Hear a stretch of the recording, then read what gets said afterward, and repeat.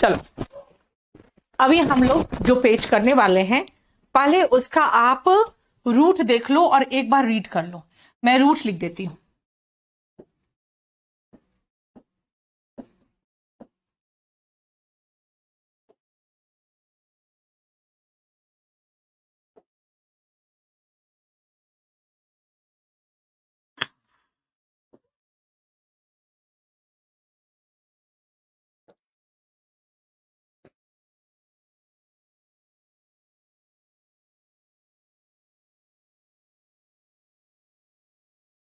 बस इस पेज में इतना ही रूट है। पहला में ये एंड जो है बेटा, ये साल है, और ये इसके बाद वाला जो वर्ड है ना, ये ग्रेचुइटी वर्ड से बना हुआ है। ग्रेचुइटी, अगर आप सरकारी भत्ता की बात करते हैं, हम लोग भत्ता, अगर आप गवर्नमेंट जॉब वालों को देखोगे तो उनको ग्रेचुइटी भी मिलता है। वो एक तरह का अलाउंस होता है, भत्ता होता है। एनुइटी सालाना भत्ता होता है, यानी एनुअल अलाउंस, कुछ अमाउंट मिलता है जो साल में, apart from salary, that is annuity. That is annuity. क्यों? क्योंकि वो अलाउंस है जिसको हम ग्रेचुइटी कहते हैं, लेकिन साल में मिलता है, इसलिए एनुइटी कहलाता है। बाई एनुअल और बाइनियल दोनों में बाई है, और दोनों में आपको एन वर्ड दिख रहा है, ANN हो या ENN हो, इसका मतलब साल तो हो ही गया। यानी यहां और यहां दोनों जगह हमें साल वर्ड दिख रहा है, लेकिन दोनों एक दूसरे से डिफरेंट कैसे? देखो, बाई एनुअल होता है साल में 2 बार, और बाइनियल 2 साल में 1 बार। क्या कहा? बाई एनुअल साल में, 1 साल में 2 बार। और बाइनियल कुछ ऐसे प्लांट्स होते हैं जो बाइनियल होते हैं, 1 साल तक वो उगेंगे, बढ़ेंगे, झाड़ बनेगा, दूसरे साल सीजन में वो फल देगा, जैसे एग प्लांट, जिसको हम लोग इंडिया में ब्रिंजल कहते हैं, यानी बैंगन। ठीक है ना? वो बाइनियल है, क्योंकि 2 साल में वो, 1 साल में पहले तो झाड़ बनता है, और दूसरे साल में वो ब्रिंजल देता है, और फिर खत्म हो जाता है। ठीक है? तो इसका मतलब क्या हुआ? इसका मतलब है बाइनियल का मतलब 2 साल में 1 बार। सुपर एनुएटेड, बेटा एन का मतलब साल, यहां तो साल दिख ही रहा है आपको। इसका मतलब है जितने साल काम करने थे आपने कर लिए, अब उससे ऊपर हो चुके हो। यानी जितने साल आपको काम करने थे, आपने साल, उतने साल काम कर लिए, अब आप उसके ऊपर हो चुके हो। ठीक है? अगर उसके ऊपर हो चुके हो, इसका मतलब आप सुपर एनुएट हो चुके हो। एन का मतलब हुआ साल, ठीक है, और सुपर मतलब ऊपर, यानी कि सुपर एनुएटेड जो है वर्ड, उसका मतलब है रिटायर्ड। परपेचुअल एंड पेरिनियल, बेटा दोनों में PER एक वर्ड है जो बना है रूट परमानेंट से। परपेचुअल लगातार, परमानेंट, यार इंडिया में परपेचुअल प्रॉब्लम हो गया है करप्शन, है ना? 3 साल से हम लोग के लिए एक परपेचुअल बना हुआ है प्रॉब्लम, कोविड। इसका मतलब, क्योंकि हम 3 इसलिए कह रहे हैं कि मेरा 3 सीजन खराब हुआ कोविड में, तो 1.5 साल से करीबन परपेचुअल एक प्रॉब्लम बना हुआ है कोविड। परपेचुअल का मतलब होता है लगातार। लेकिन प्लांट्स में आओ तो प्लांट्स 3 प्रकार के होते हैं, annual, biennial and perennial. Annual साल भर रहता है, फल उल दिया खत्म। बाइनियल 2 साल में 1 बार। और पेरिनियल का मतलब होता है, पेरिनियल सालों साल, बेटा वो 100 साल वाले पेड़ हो जाते हैं, इसका मतलब लगातार, कॉन्टिन्यूअस। पेरिनियल का मतलब लास्टिंग फॉर लॉन्ग टाइम। दोनों है तो सिनोनिम, लेकिन दोनों का यूसेज अलग है। हम पेरिनियल प्रॉब्लम नहीं कहेंगे, लेकिन पेरिनियल ट्रीज कहते हैं, परपेचुअल प्रॉब्लम कहते हैं। नेक्स्ट वर्ड का कोई रूट नहीं है, एवरेस, इसका मतलब लालच, ग्रीड। देखो, ठीक है ना? लालच, ग्रीड, जिसका मतलब कई बार हो जाता है क्वेस्ट भी हो जाता है ना? और नेक्स्ट वर्ड है शैग्रिन, जिसका ये जो नाउन है, दोनों नाउन है। अगर आप कहोगे शैग्रिन, इसका मतलब होता है जब आपका वो मेंटल स्टेट, जब आप इरिटेटेड हो, एनॉयड हो, एकदम पस्त हो चुके हो, है ना? क्योंकि आप देखते हो अब रियली में कोविड का कोई नया वेरिएंट सुनते हैं ना, इट मेक्स अस शैगरिन, है ना, इसका मतलब हम लोग बहुत एनॉयड हो जाते हैं, खींच जाते हैं, ठीक है। Feeling of chagrin comes to your mind. Antecedent, कई बार आप कोर्ट जाते हो, कहते हो कि ऐसा होता है, ये बिल्कुल आपको, हमें ये रिलीफ देना चाहिए, तो कोर्ट कहेगी can you quote any antecedent. Antecedent का मतलब क्या पहले कभी ऐसा हुआ है, ऐसा फैसला कोर्ट ने दिया है, क्या बता सकते हो।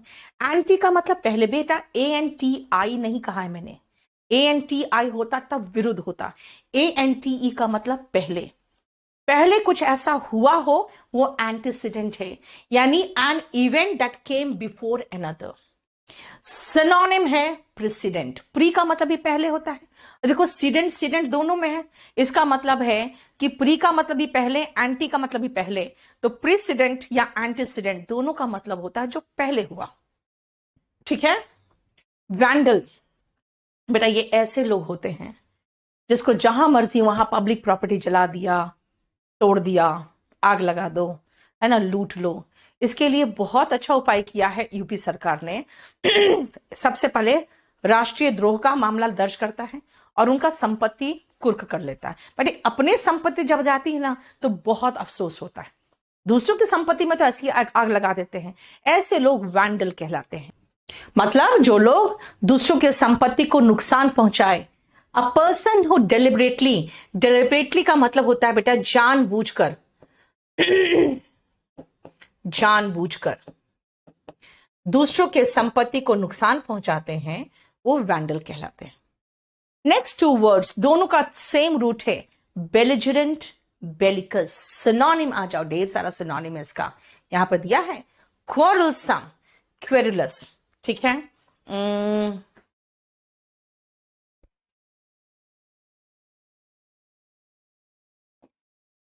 वॉरलाइक, ठीक है, इसका मतलब होता है जो लिप्त होते हैं लड़ाई में, झगड़े में, युद्ध में, उनको हम कहते हैं बेलिजरेंट, बेलिकस, वॉरलाइक, क्वारलसम, क्वेरुलस।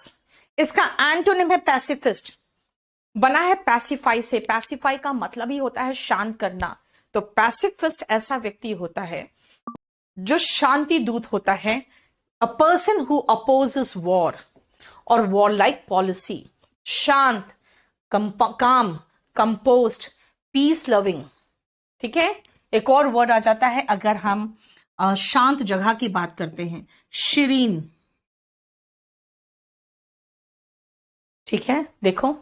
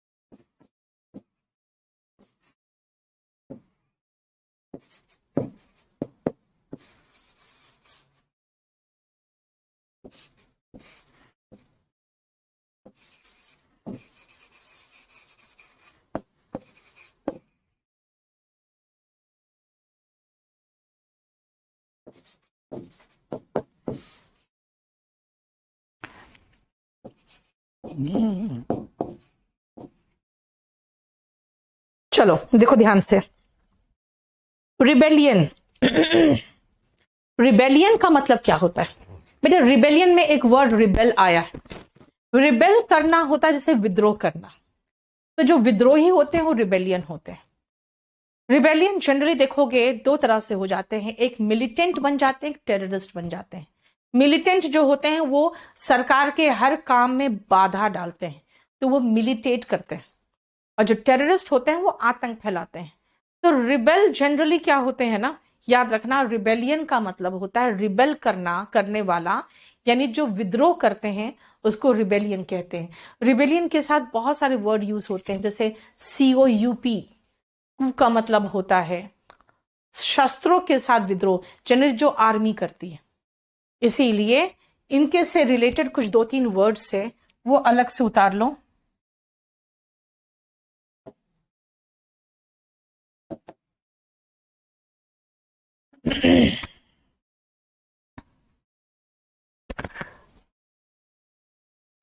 मैंने कहा रिबेलियन, रिबेलियन के साथ 2 वर्ड है।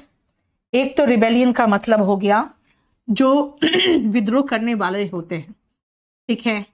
रिबेल का मतलब होता है विद्रोह, ठीक है। अब COUP, ये कू कहलाता है, पी साइलेंट है, इसको आर्म्ड रिबेल कहते हैं, यानी शस्त्रों के साथ विद्रोह करते हैं, वो कू होते हैं, जनरली आर्मी करते हैं। एक तो मिलिटेंट होते हैं ऐसे लोग, मिलिटेंट जो होते हैं they work against the government, यानी विरोध करते हैं। इसलिए मिलिटेट का मतलब ही होता है विरोध करना। और एक टेररिस्ट होते हैं हु स्प्रेड टेरर। ये अलग अलग चीजें याद रखना। आपको मिलिटेंट और टेररिस्ट का डिफरेंस नहीं पूछता, आपको कू पूछेगा, कई बार पूछ चुका है 1 वर्ड सब्स्टिट्यूशन में। Armed rebellion, armed rebel. अब आओ नेक्स्ट वर्ड में, देखो ध्यान से। एंटी का मतलब होता है पहले। बेटा ANTE कहा, ANTI नहीं कहा है मैं, ANTE कहा। एंटी का मतलब पहले, न्यूप्टियल का मतलब शादी। एंटी न्यूप्टियल सेरेमनीज देखते हो कितने दुनिया भर के शादी, संगीत, फलाना ढिमकाना, नौटंकी करने के लिए। So what is antenuptial? Antenuptial is शादी के पहले, एडजेक्टिव है। एंटी डेट, बेटा पोस्टपोन का एंटी डेट होता है एंटोनिम। पोस्टपोन मतलब डेट आगे बढ़ाना।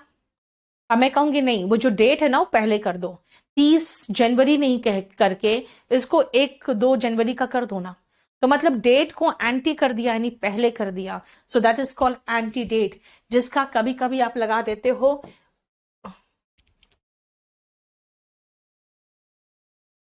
जिसका कभी कभी सिनोनिम लगा देते हो आप प्रीपोन। प्रीपोन जैसा कोई वर्ड ही नहीं है, इसको मैक्सिमम हम एडवांस कह सकते हैं, डेट एडवांस कर दिया गया है, ठीक है। Next is neonatal. What is neo? Neo मतलब नया, नेटल मतलब जन्म। जन्म के पूर्व होता है प्रीनेटल, जन्म के पश्चात होता है पोस्टनेटल, और अभी नया नया ही तो जन्मा है नियोनेटल। अभी नया नया ही पैदा हुआ, अभी तो पैदा हुआ है neonatal. Of or relating to a newborn baby. Next neocracy, of or relating to कह सकते हो यहां पे, और रिलेटिंग टू ऐसे सही था। नियोक्रेसी, क्रेसी मतलब शासन। जब नए नए लोग आते हैं शासन करने के लिए तो उनसे बहुत सारी गलतियां होती है। ब्लंडर कर चुकी सरकार ने 2-3 ब्लंडर कर दिया, बहुत बड़ा बड़ा। जैसे एक डीमोनेटाइजेशन बहुत बड़ा ब्लंडर था, ठीक है। फिर GST बिना प्लानिंग के लागू किया, वो भी एक ब्लंडर था। तो कहते हैं जो नियोक्रेसी होता है ना, उनसे ऐसे ही ब्लंडर्स होते हैं, भारी भूल होते हैं। What is neocracy? जो नया नया शासन करता है ना, नया नया जब शासन होता है वो नियोक्रेसी होता है। So what is neocracy? Government by the new or inexperienced. Neology, बेटा लॉजी का मतलब स्टडी भी होता है, लॉजी का मतलब वर्ड भी, लोगो वर्ड से बना हुआ है, यानी वर्ड। नियोलॉजी, अब जैसे कैमरा आया और मोबाइल में सामने कैमरा आ गया कि भाई फोटो अपना कैसे ले, तो सामने से कैमरा हो गया, है ना। तो नया वर्ड बनाया selfie. So what is that? That selfie word was neologism, और इस नया वर्ड को बनाने की क्रिया को हम लोग नियोलॉजी कहते हैं। So what is neology? Coining of a new word or phrase, नया वर्ड या फ्रेज बनाना इज नियोलॉजी, ठीक है, और जो नया शब्द होता है उसको नियोलॉगिज्म कहते हैं। अब आओ मैं आपको नेक्स्ट का रूट पहले लिख दूं।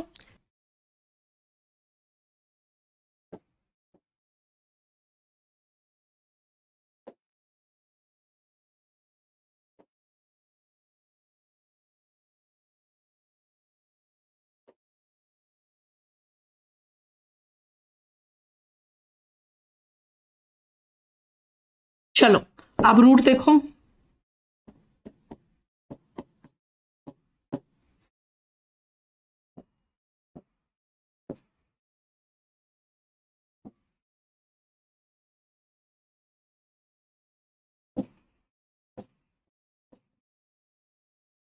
आ जाओ न्यूमॉर्फ। What is न्यूमॉर्फ?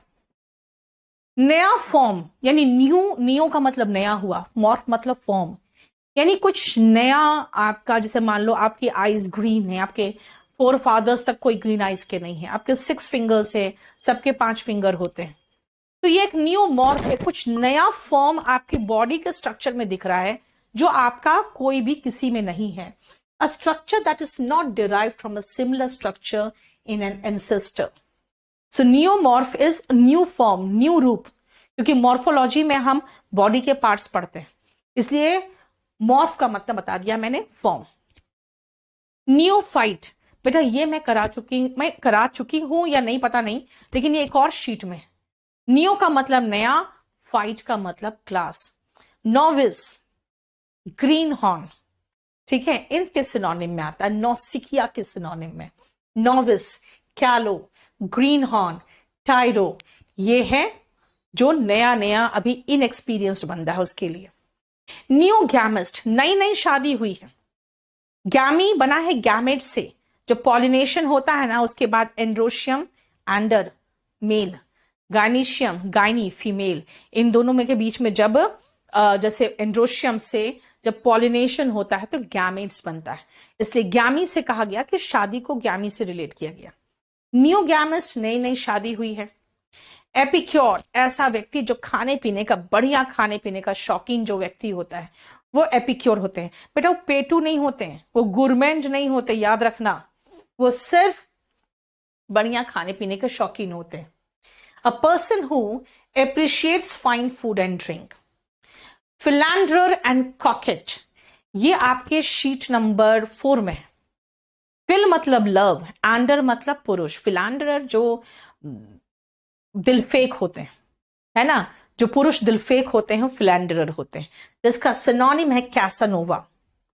लेकिन ऐसी अगर महिला हो गई तो कॉकेट कहलाती है, ठीक है, दिलफेक महिला इज कॉकेट। 28 एंड 29 याद रखना, चर्च में जो सुबह पूजा होती है उसको मेटिन्स कहते हैं, ठीक है, और ये नाउन है, वर्ब नहीं है, ये नाउन है। मेटिन्स नाउन है, ठीक है।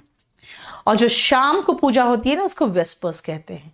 अब हम लोग हिंदी में तो संध्या आरती और सुबह की आरती बोलते हैं, हम इंग्लिश का वर्ड को अपने पूजा के लिए इस्तेमाल नहीं कर सकते। ये नहीं कह सकते कि मैम संध्या आरती को क्या वेस्पर कहते हैं, ना बेटा, चर्च की बात कर रही हूं मैं। चर्च में अगर सुबह की प्रार्थना है तो उसको हम लोग मेटिन्स कहते हैं, और शाम की प्रार्थना है तो वेस्पर कहते हैं, ठीक है। सुबह की प्रार्थना को मेटिन्स कहते हैं और इसका एंटोनिम हुआ वेस्पर। एनर्जाइज का मतलब एनर्जी से भर देना। कहते हैं सुबह सुबह आप एक्सरसाइज करो, इट विल एनर्जाइज यू, यानी कि ये आपको एनर्जी से भर देगा। सो एनर्जाइज का मतलब होता है एनर्जी से भर देना। एनर्जाइज, एनिमेट, वाइटलाइज, वाइटलाइजर कहते हैं ना कि लोग वाइटलाइजर खाते हैं, क्या कहते हैं उसको, कौन कौन का, रिजुविनेट वगैरह करने के लिए आप कुछ खाते हो, ये आपको क्या करता है, एनर्जी से भर देता है। देखो रिजुविनेट कहीं है लिखा हुआ, मैंने बोल दिया आपको। लैंग्वेज तो उल्टा होगा यार, ये तो उल्टा हो गया, रिजुविनेट।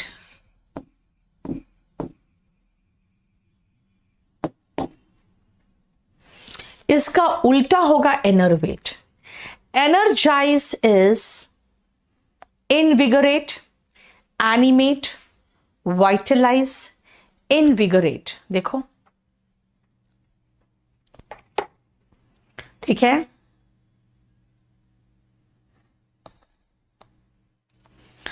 क्लियर?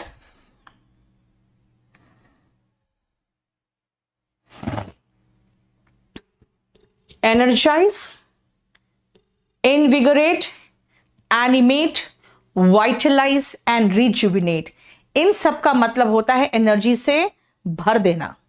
ठीक है, अब उल्टा क्या होगा, सारा एनर्जी निचोड़ के निकाल लेना। एग्जॉस्ट, एनर्वेट, एग्जॉस्ट, ड्रेन, ड्रेन भी चल देगा, यहां पे नहीं है ड्रेन, ड्रेन,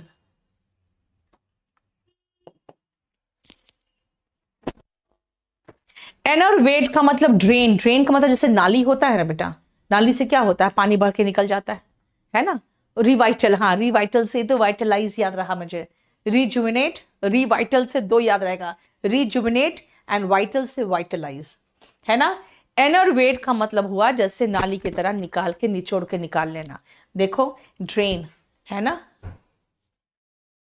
ठीक है। चलो 32 में आओ। पावेनु का क्या है ये पावेनु? बहुत सारे जो रिच क्लास के लोग होते हैं, जो खानदानी रिच है, वो ऐसे लोगों को अपने बीच में ना एक्सेप्ट करने की इच्छा नहीं रखते हैं जो पारवेनु होते हैं, जो रातों रात भी मतलब अचानक सक्सेसफुल हो गए, है ना, अचानक सक्सेसफुल हो गए, उनको पसंद नहीं करते। जैसे सुशांत सिंह राजपूत को इसलिए लोग पसंद नहीं करते थे, जो बड़े बड़े फिल्म इंडस्ट्री के महारथी लोग बैठे थे, बिकॉज दे फेल्ट यार ये रातों रात कहां से बीच में आ गया। इसीलिए जो हाई क्लास के पीपल जो होते हैं वो पारवेनू को एक्सेप्ट नहीं करते। वो कौन होते हैं पारवेनू? जो लो सोशल पोजीशन के हैं, जो अचानक रिच और सक्सेसफुल हो जाए। ठीक है, अब आ जाओ red letter day, very important day. जब लाल लाल लेटर कहीं जाएगा ना आपके घर से, इसका मतलब है बेटे के शादी का निमंत्रण जा रहा है, यानी बहुत इंपॉर्टेंट दिन है, जरूर आना, है ना, मेरी शादी में जरूर आना। नहीं, व्हाट इज दैट? इसका मतलब important day, red letter day is important day. जिस दिन आपका सिलेक्शन होगा that will be a red letter day for you. ठीक है, to paint the town red, भाई जब शादी होगी आपकी तो आप घर में अच्छे से लाल लाल पेंटिंग कराओगे, सुंदर सा सजाओगे, और अगर पैसे वाले हुए तो भाई पूरे के पूरे टाउन को रेड कर दोगे। इसका मतलब है ग्रैंड सेलिब्रेशन करना। ठीक है, to celebrate in a grand manner कह सकते हैं 34 को, नहीं तो सीधा खाली आता है टू सेलिब्रेट। ठीक है, क्लियर? नेक्स्ट आओ, रेड टेपिज्म। कहते हैं रेड टेप आपको सिर्फ दिखेगा लाल लाल फीता, कहां पे? सरकारी फाइल, एकदम ब्राउन रंग का फाइल होता है, सरकारी लाल लाल फीते दिखते हैं उसमें, क्योंकि उसके फीते लाल कलर के होते हैं। दुनिया भर के पाइल्ड अप रहते थे पहले ऐसे ऐसे फाइल्स, और खाली लाल लाल फीते ही दिखते थे उसमें, बाकी तो सारा धूल भरा रहता था। कहते थे यार ये क्या क्या है, ये रेड टेप पूरा भरा पड़ा हुआ है। अरे सरकारी फॉर्मेलिटी ही इतनी होती है, वहीं से बना रेड टेपिज्म। रेड टेपिज्म मतलब बहुत ज़्यादा सरकारी फॉर्मेलिटीज। रेड टेपिज्म की वजह से ही इंडिया में कंपनीज नहीं आना चाहती है। देखो, रेड कार्पेट वेलकम, जब लाल कार्पेट बिछा के किसी का स्वागत होता है तो कहते हैं वार्म वेलकम, गर्म जोशी के साथ, यानी कि पूरे बहुत सादर मतलब सत्कार के साथ स्वागत करना, दैट इज वार्म वेलकम। बेटा रेड हेरिंग एक मछली होता है, वो थोड़ा लाल कलर का, कुछ कहते हैं कि लाल कलर का होता है, लेकिन ये जो हेरिंग है ना, इसको जब कुक किया जाता है तो ऐसे तरह से कुक किया जाता है कि एकदम गोल्डन रेड टाइप का वो चमके। तो लोग क्या करते हैं ना, जब होटल्स में रेड हेरिंग परोसा जाता है तो it looks very red and बहुत अट्रैक्टिव दिखता है, तो लोग उसकी सुंदरता में खो जाते हैं। अरे भैया फिश है, पहले टेस्ट तो करो कि खाने में कैसा है। यानी उसका कलर ऐसा कर दिया जाता है ताकि आप उसके सुंदरता में खो जाओ, है ना, और सुंदरता में जब खो जाओगे तो आप उसके टेस्ट को उतना ज्यादा ध्यान नहीं दोगे। तो what is red herring? Red herring is something जो आपका मेन मुद्दा क्या है यार, खाना है, इसको उस पर ध्यान दो ना कि इसका टेस्ट कैसा है, आप इसके कलर में खोए हो। इसलिए कई बार ऐसा होता है सरकार कुछ रेड हेरिंग हमें दिखाती है, हम उसी चक्कर में रहते हैं। मेन मुद्दा जो होता है, चाहे वो एजुकेशन का हो, गुड हॉस्पिटल्स का हो, या फिर जॉब्स का हो, उससे हमारा ध्यान हट जाता है ना। तो रेड हेरिंग होता है जो आपका ध्यान भटका दे। Red herring is something irrelevant, यानी अप्रासंगिक, जो इंपॉर्टेंट नहीं है, that distracts you from something important, जो आपका ध्यान भटकाए। फुट द बिल का मतलब बिल पे करना। अगर मान लो हम लोग जा रहे हैं बाहर कहीं खाने, मैं पूछूंगी who will foot the bill. चलो नेक्स्ट आओ, जैसे हम लोग खाने गए तो मैं कहूंगी भाई बिल कौन पे करेगा, who will foot the bill. ठीक है। हॉर्नेट, जो हॉर्नेट होते हैं ना बेटा, वो पीले पीले सबको तितैया दिखते हैं ना, है ना। आप समझते हो, एक तितैया काटता है तो मुंह इतना बड़ा सूज जाता है ना। आप उसके छत्ते में हाथ दे दोगे तो क्या होगा, बवाल होगा। इसका मतलब है समस्याएं, ढेर सारी समस्याएं एक साथ। सो हॉर्नेट्स नेस्ट का मतलब होता है a situation full of difficulties and complications, बहुत बड़ी समस्याएं, है ना। इसीलिए देखिए हो, ये जो सरकार को प्रॉब्लम हुआ है, हाँ आप जानते हो ना, ये जो फार्म बिल आया और सरकार को प्रॉब्लम हुआ, लेना पड़ा वापस, ये ऐसा हॉर्नेट नेस्ट है कि अगले 50 साल तक कोई भी सरकार इस फार्म बिल को छुएगी भी नहीं, है ना। It has turned out to be हॉनेस्ट नेस्ट, है ना। ऐसा भयंकर ये बवाल है। इसलिए जब भी याद रखना, हॉनेस्ट का मतलब क्या होता है, हॉर्नेट, हॉर्नेट मतलब तितैया, नेस्ट यानी कि भैया वहां पर दुनिया भर के तितैया होंगे, उसके बाद वो क्या करेगा आपकी हालत। ठीक है। Alarms and excursions, confused activity. कई बार देखते हो इधर से ये नारे लगा रहे हैं, उधर से वो हल्ला मचा रहा है, टोटल कंफ्यूजन आपको पार्लियामेंट में दिखता है, ये हो क्या रहा है। तो that is called confused activity, और हो हल्ला मच रहा होता है, दैट इज अलार्म्स एंड एक्सकर्शंस। ठीक है। अल्फाबेट सूप, ये क्या है, मेरा नाम नीचे MBBS MS DGO फलाना ढिमकाना, बोलोगे मैम ये MBBS अल्फाबेट है, DGO MS, इतना सारे एजुकेशन क्वालिफिकेशन, इसका मतलब यही तो अल्फाबेट सूप है। यानी कि abundance ऑफ एब्रिविएशंस और एक्रोनिम्स, यानी मेरे नाम के पीछे इतना दुनिया भर के आपको अल्फाबेट दिख रहे हैं, MBBS MS, मतलब ये क्या है, अल्फाबेट सूप ही तो है। जनरली ये किसी के एजुकेशनल क्वालिफिकेशन को डिनोट करता है। और लास्ट आ जाओ ये पेज में, ब्रिंग होम द बैकन। बेटा बैकन उस पार्ट को कहते हैं जनरली, ये मीट का जो अच्छा खासा दाम में बिकता है। जैसे अगर आप लेग पीस खाते हो चिकन का, तो वो सबसे ज्यादा लोग पसंद करते हैं, तो ऑफकोर्स उसका दाम ज्यादा होगा। But if you bring home the bacon, इसका मतलब कि भाई अच्छी खासी तुम्हारी आमदनी है, तभी तो घर में अपने परिवार के लिए बैकन लेके आ रहे हो। इसका मतलब है ठीक ठाक कमाई करना, to go out and earn a living or earn money for the family. To bring home the bacon का मतलब कमा के घर लाना, है ना। फोम इन द माउथ, बहुत गुस्से में होना। जब आप बहुत गुस्से में होते हो, बोलने लगते हो, तो क्या होता है, जनरली सलाइवा फोम करने लगता है ना। गुस्से में जब आप बकवास करने लगते हो तो कहेंगे he is foaming in the mouth, यानी कि भाई इतना भयंकर गुस्से में है। ठीक है। फोम इन द माउथ का मतलब be extremely angry, synonym furious, infuriated, enraged. Furious, fury से बना है, फ्यूरी मतलब गुस्सा, तो फ्यूरी से दो वर्ड बना है, फ्यूरियस, इनफ्यूरिएटेड, और रेज का मतलब भी गुस्सा होता है, तो रेज में एनरेज्ड बना है। देखो 3 वर्ड है यहां पे। ठीक है। Have the ball at your feet, अब हम लोग फुटबॉल खेल रहे हैं, मेरे पैर के पास बॉल आ गया, अब मेरे पैर के नीचे बॉल है। इसका मतलब मैं जहां चाहूं वहां मारूंगी, है ना।